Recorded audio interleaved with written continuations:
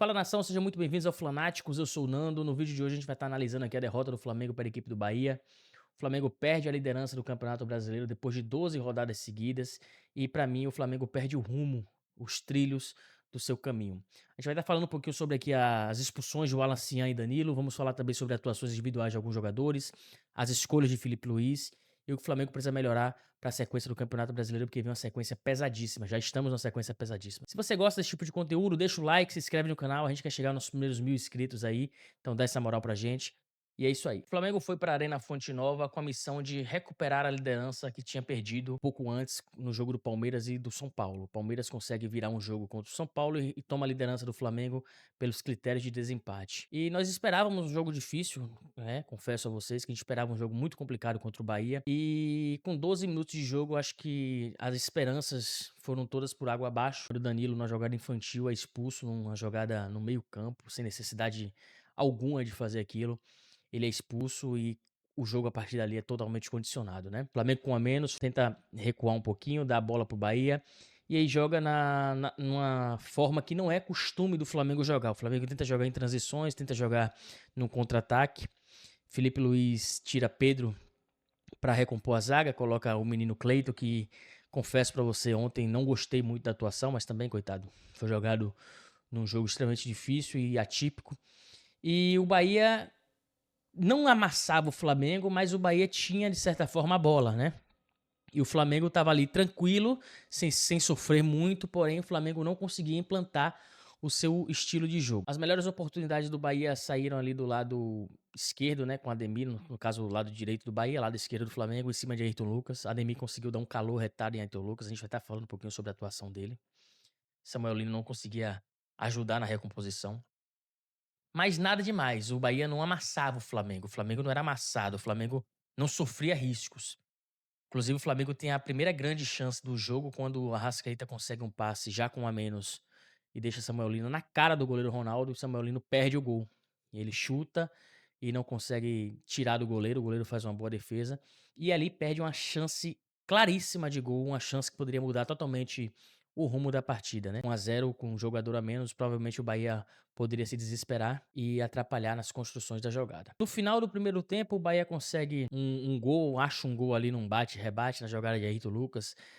Os jogadores do Flamengo até pediram falta. Eu confesso que depois que eu vi o lance, não achei falta. Os jogadores do Flamengo reclamam muito da arbitragem, já com a cabeça quente. A gente vai estar falando sobre isso também. O destempero dos jogadores do Flamengo. O VAR não anula nada, não entra em ação. E o Flamengo acaba sofrendo 1 a 0 e vai para o intervalo no finalzinho do primeiro tempo com 1 a 0 para o Bahia. Como eu disse, o Bahia respeitava muito o Flamengo. O Bahia não amassava o Flamengo. E esse 1 a 0 eu confesso para vocês que eu achava até injusto pelo que foi o jogo.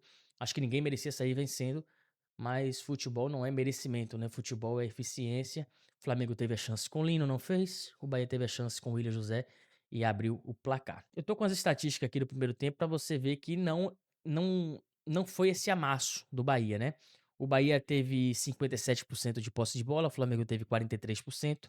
As grandes chances foi uma para cada lado, o Bahia conseguiu fazer com o William José, o Flamengo não fez com o Samuel Lino. Essa estatística aqui me chama muito a atenção, que foi as defesas, né, do goleiro. O Bahia teve uma grande defesa no primeiro tempo, o Flamengo não teve nenhuma, bola que foi, né, entrou. E os chutes a gol foram 6 chutes do Bahia, 4 do Flamengo, como eu disse, uma defesa do goleiro do Bahia e uma defesa, uma não defesa, né, de Rossi, o gol do Bahia. Vem o segundo tempo, Felipe Luiz tenta fazer 3 mudanças de vez, ele vem com Luiz Araújo no lugar de De La Cruz, ele vem com Plata no lugar de Carrascal e ele veio com BH no lugar de Samuel Lino. Luiz Araújo tenta fazer aquela volância ali junto com Jorginho, BH e Plata nas pontas. Eu confesso pra você que eu pedia essa mudança, não as 3, mas eu pedia sim um jogador de mais velocidade pelas pontas, porque o Flamengo começa com o Carrascal jogando pela ponta direita, e o Carrascal não é um ponta agudo, ele é um meia que fez uma boa partida contra o Corinthians e por isso foi colocado ali. Mas ele não é aquele cara agudo, aquele cara que vai pro fundo, como por exemplo Plata, como por exemplo o próprio Luiz Araújo. Então eu pedi alguém ali, só que eu confesso a vocês que eu pedi alguém no lugar do Arrascaeta, não pedia na saída do Carrascal. Eu acharia que Felipe Luiz precisaria colocar Carrascal no meio, tirar Arrascaeta e botar um ponta. Por quê? Arrascaeta é craque, nós sabemos disso, é o nosso ídolo, não é sobre isso o assunto aqui. Mas o jogo com um a menos, Arrascaeta não tinha o embate físico necessário. Então o Flamengo, teoricamente, quando precisava de ter um jogador mais físico, o Flamengo estava com 2 a menos, a Arrascaeta não conseguia dar, a fisicalidade que o jogo pedia, né. Então, eu acho que o Felipe Luiz errou nessa mudança, tirando o Carrascal. Não de colocar os pontas, mas tirar o Carrascal. Eu tiraria a Arrascaeta, apesar de toda a idolatria que ele tem, eu acho que ele não conseguia performar, não estava conseguindo performar. Tem um lance muito emblemático no primeiro tempo, que a Arrascaeta tenta botar a bola na frente de Everton Ribeiro e não consegue ganhar na corrida, né. Então, eu acho que ontem o Felipe Luiz precisava mexer diferente no Flamengo, deixar Carrascal de meia, porque estava bem, estava correndo, estava conseguindo ter os embates e tirar a Arrascaeta, mas ele não fez isso. Além da mudança de Cleiton, que entrou no lugar de Pedro já no comecinho com 16 minutos de jogo. Acredito que as mudanças de Felipe Luiz, não melhoraram o Flamengo. Luiz Araújo não funcionou de volante. O Flamengo deixava muito espaço para o Bahia fazer as transições. Ele tira De La Cruz e bota Luiz Araújo. E o Luiz Araújo não consegue fazer aquele jogo por trás, né? Ele não consegue vir armando. Então sobrecarregava Jorginho e o Flamengo tomava muita bola nas costas ali. O Bahia teve algumas chances, inclusive o Bahia fez um gol que foi impedido justamente nessa transição rápida, defesa e ataque. Então, Luiz Araújo naquele lado para mim não funcionou muito bem e o Flamengo abusava das ligações com Rossi. Rossi dando chutão, tentando pegar ou Plata ou BH. A defesa do Bahia com as linhas baixas não permitia que essa bola entrasse entre o goleiro do Bahia e a zaga, então dificultou muito para o Flamengo. O Felipe Luiz percebe isso, ele percebe que ele mudou errado. Tanto é que ele vem com o ala Cian aos 23 minutos e tenta fazer com que o Flamengo quebre linhas, como ele mesmo disse na coletiva, né. Porque o Flamengo não tinha esse jogador de dribles curtos, ele tira o Samuel Lino, não coloca o Plata, mas o Plata e Luiz Araújo são jogadores. Luiz Araújo bem menos, que jogou até de volante, mas Plata e Bruno Henrique são jogadores que precisam de campo, e o Flamengo não tinha campo. O Bahia esperava, o Bahia, apesar de ter jogador a mais, ele não se atirava de qualquer jeito, ele era muito cauteloso, justamente para não dar esse campo para o Flamengo. Então o Felipe Luiz tira Arrascaeta, que, como eu falei, não vinha jogando uma grande partida, ele achou um passe excelente no primeiro tempo, mas não no todo ele não vinha fazendo uma grande partida, e ele coloca o Alacian. A gente vai falar do Alacian com um pouco mais de calma, que tem umas coisas para falar. Então, as mudanças não funcionaram. Eu trago aqui para vocês as estatísticas do segundo tempo. Por exemplo, o Bahia deixou a bola mais com o Flamengo. O Flamengo teve 53% de posse de bola contra 47.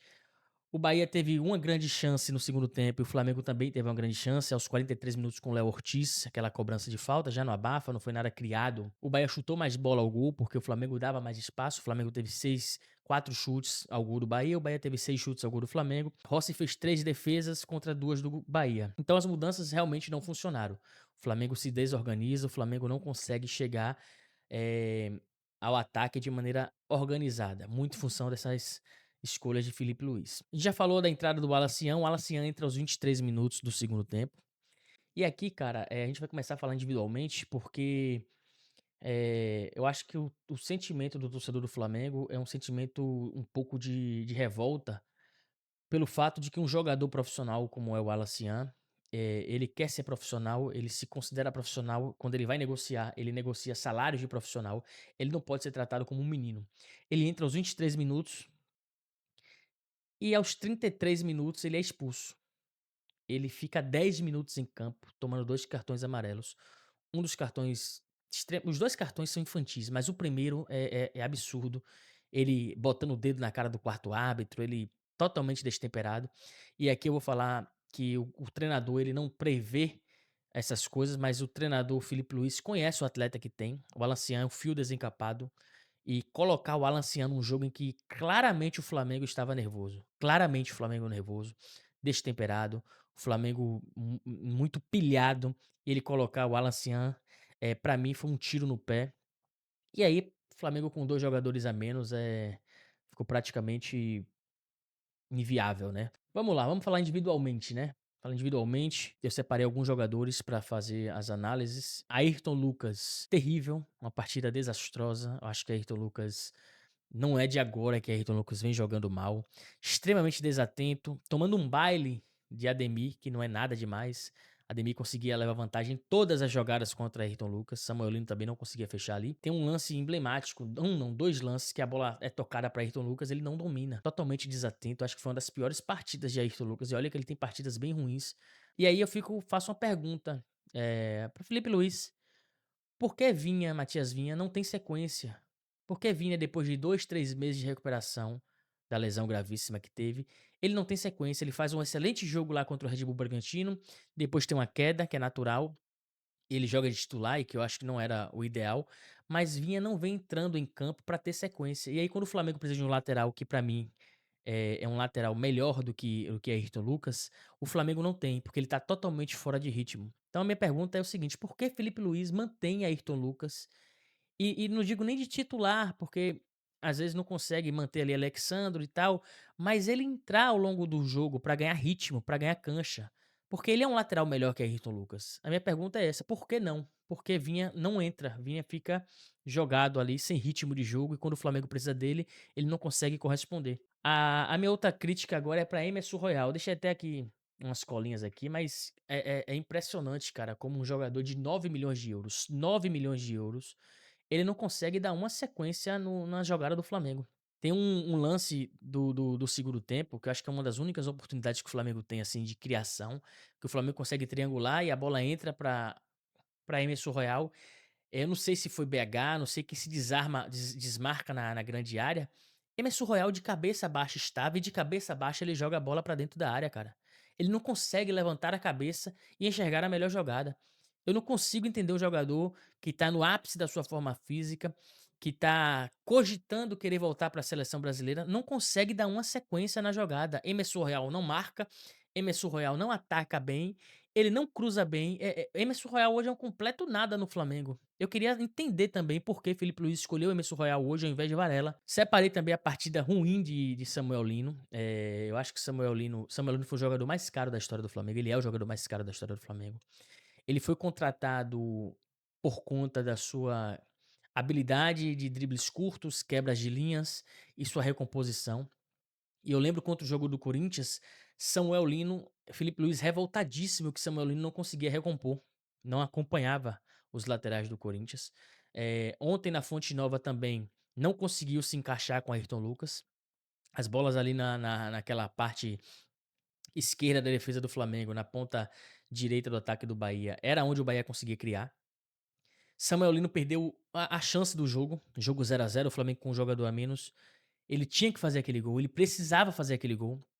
E ele, talvez por falta de confiança, porque se ele tivesse no momento de confiança, talvez até uma cavadinha ali ele conseguia fazer.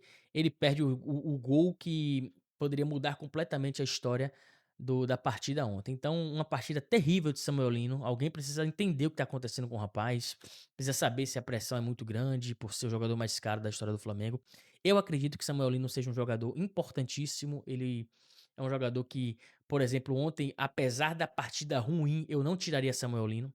Eu acredito que a saída dele fez o Flamengo não ter um jogador de X1. Tanto é que Felipe Luiz tenta colocar o Alcian nessa esperança. Alguém precisa entender o que está acontecendo com ele, porque não é normal.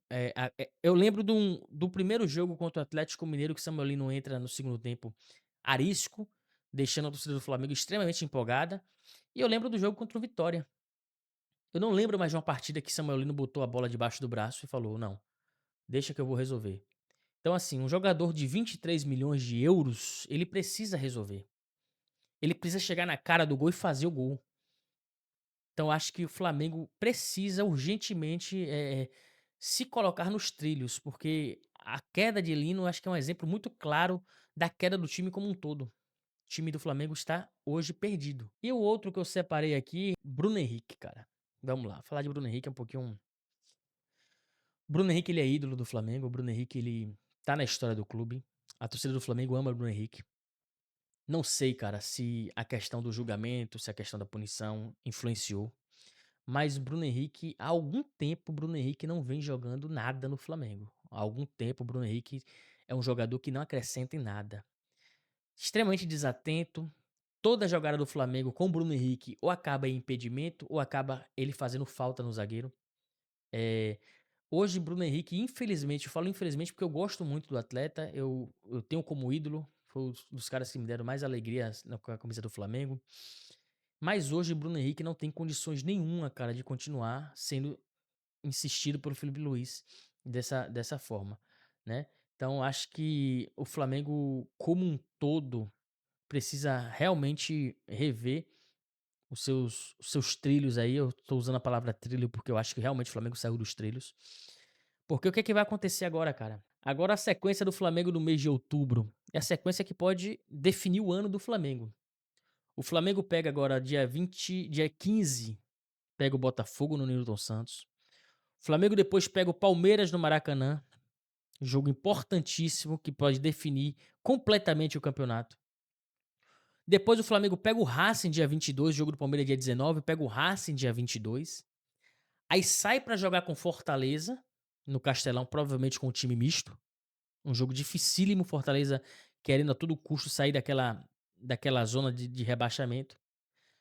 Pega dia 29 o Racing no El Cilindro pra fechar o mês de outubro. Então olha a sequência do Flamengo: Botafogo, Palmeiras, Racing, Fortaleza e Racing.